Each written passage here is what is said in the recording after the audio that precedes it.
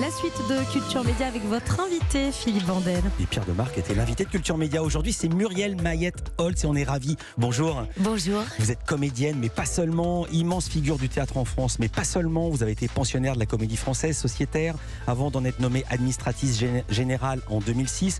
Première femme à ce poste. 8 ans plus tard, vous démissionnez lorsque vous êtes nommée directrice de la Villa Médicis à Rome. Et là encore, la première femme à ce poste. Et vous dirigez depuis novembre 2019 le Théâtre National de Nice. Mais votre actualité, c'est celle-ci. Une pièce montée à Nice, justement, qui arrive à Paris au Théâtre Hébertot, Les Parents Terribles. Pièce mythique de Jean Cocteau. Là, c'est une distribution avec Charles Berling et Maria de Medeiros. Pourquoi reprendre cette pièce ?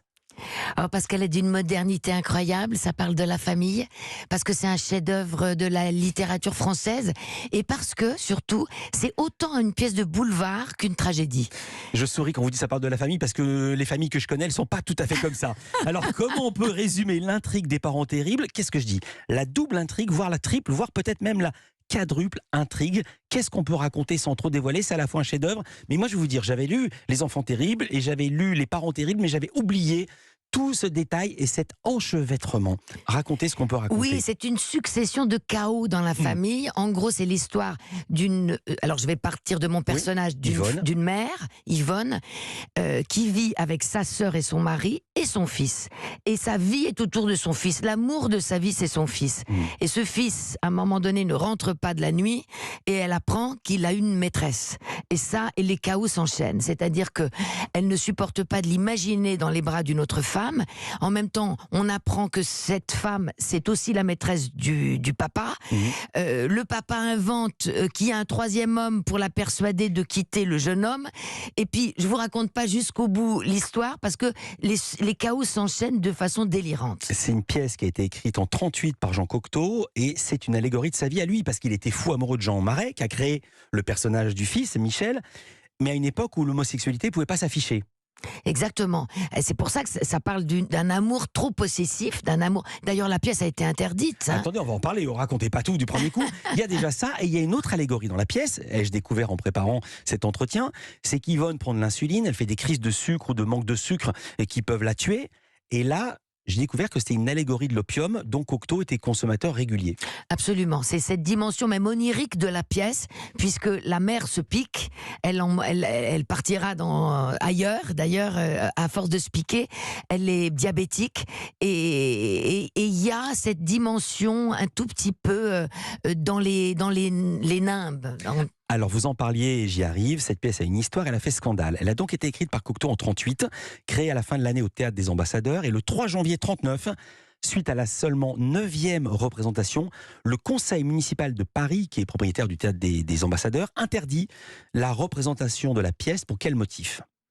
Parce que ça parlait de prostitution, puisque la jeune femme dont est amoureux le fils est une jeune femme qui a un amant qui est entretenu par le père. Prostitution et inceste.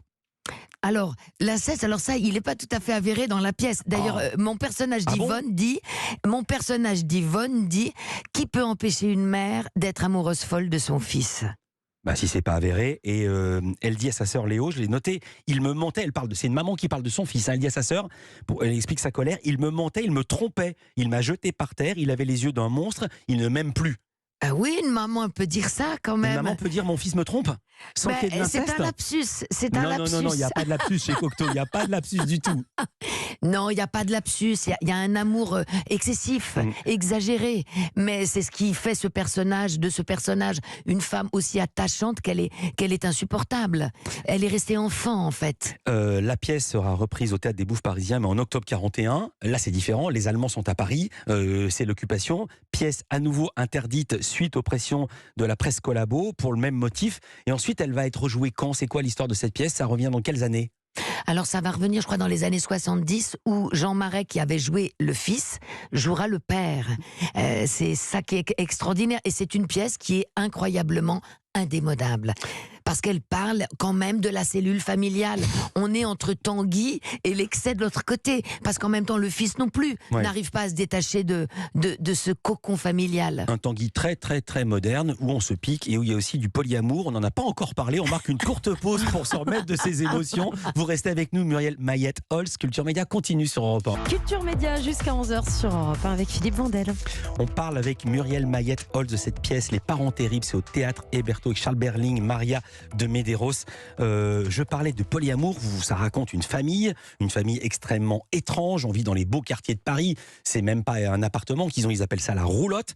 On parlait éventuellement d'inceste. Il y a aussi du polyamour. Cette jeune femme dont le fils Michel tombe amoureux, qui s'appelle Madeleine, dit « Je n'aime que toi, mais j'aime Georges aussi ». Georges, c'est le père de Michel. Georges, c'est le père de Michel. Il a commencé par coucher avec Léo, la sœur d'Yvonne.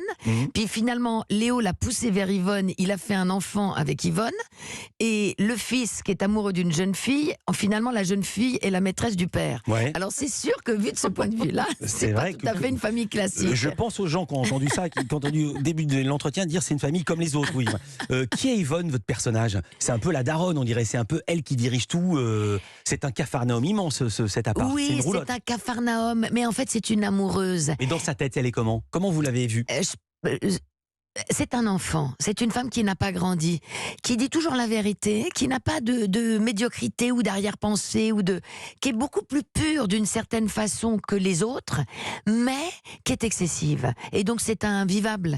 Et à un moment donné, on dit finalement, elle est plus heureuse morte que vivante. C'est sans doute pas faux. C'est une pièce de Jean Cocteau. Ses pièces précédentes n'avaient pas marché. Il en avait conçu une grande rancœur, tristesse. Il voulait faire un succès. Et donc, il y a un peu, d'une manière comme ça, il a dit « Vous voulez un vaudeville? Je vais écrire un vaudeville. » Sauf que c'est à la fois un vaudeville et une parodie de vaudeville. C'est ça qui est génial. C'est un terrain de jeu pour les acteurs prodigieux parce que on peut faire des glissades, on peut être excessif, on peut exagérer. Et moi, je m'amuse comme une folle à jouer ce rôle parce que ils sont extrêmes. Il y a une mise en abîme, il y a même du métalangage. Et à un moment, le personnage dit, parce qu'on sent que Georges, c'est aussi Cocteau, il dit « Je ne suis pas un héros de tragédie ». Je ne dis pas à quel moment ça vient dans la pièce. Il dit « Je ne suis pas un héros de tragédie, je suis un héros de comédie. Et encore, je me vante, c'est plutôt du labiche. » On ne se met pas à faire des références aux autres auteurs de théâtre dans du théâtre. C'est extraordinaire. Mais je pense qu'il avait besoin aussi de reconnaissance et de succès. Et il a fait cette pièce qui est inclassable parce que vraiment, elle passe sans cesse de la tragédie au boulevard, au grand boulevard. Et elle a cartonné 1 million de spectateurs. C'est énorme, 1 million de spectateurs. Quand vous faites 1 million de personnes à la télé, vous êtes heureux. Là, c'est pas des gens qui sont dans leur salon. Ce sont des gens qui se déplacent, qui affrontent la pluie, les embouteillages et qui payent leur place. C'est pour ça qu'on joue jusqu'au 30 avril, pour essayer de rivaliser. Vous n'aviez pas joué depuis 2006, c'est ça? Quand vous avez relancé cette... J'ai lu ça et je me dis, mais comment ça doit lui faire à Muriel Mayette de ne pas jouer entre 2006 et le moment où vous remontez cette pièce, le premier soir où vous êtes remonté sur scène? Alors, d'abord, c'est un grand cadeau que m'a fait le metteur en scène Christophe Perton, parce que c'est un rôle merveilleux. Mais j'avais quand même un peu joué. Là, par exemple, à Nice, je joue beaucoup avec la troupe. Là, je viens de jouer La Loi du corps noir. Non, mais quand vous avez relancé la pièce à Nice, c'est ça que j'avais lu. À Nice, oui, c'est vrai. Il y a très longtemps que je n'avais pas joué. Vous avez de 2006 à 2020. Mais vous savez, ces métiers sont des métiers... Moi, j'ai commencé à 14 ans, donc en fait, j'avais l'impression de retourner à la maison. Je me sens chez moi sur un plateau. J'aime cette sensation du trac, cette sensation... Vous aviez le trac ? Ah oui, mais on est tendu avec le public. Et ça, c'est une sensation où la vie est plus forte. C'est une célébration de la vie, le plateau. Question de Béotien, vous n'étiez plus sur scène, donc je l'ai dit à partir de 2006, car vous étiez administratif général de la Comédie Française. C'est pas que personne vous proposait des rôles, au contraire. Ça fait partie des statuts de ne plus jouer lorsqu'on dirige le français, ou est-ce que c'était un choix personnel ? J'ai joué en fait quand je dirigeais pour remplacer des comédiennes au pied levé. J'ai remplacé à 18h, j'ai appris que Dominique Constanza pouvait pas jouer dans la pièce de Molière L'Avare. Je l'ai remplacé à 20h30. J'ai remplacé Toinette parce que j'ai grandi à la Comédie Française. J'y ai passé 30 ans. Et donc on est habitué à être dans la pratique de notre métier, dans cet artisanat. Donc en fait, je faisais pas de création, mais je pouvais remplacer des actrices. Mais c'est dans les statuts. Que disent les statuts? Chacun est libre de faire ce qu'il veut. Non, tu ne peux jouer que si tu es sociétaire de la Comédie Française ou pensionnaire. Non, j'ai mal posé ma question. Est-ce qu'on peut jouer en étant le patron?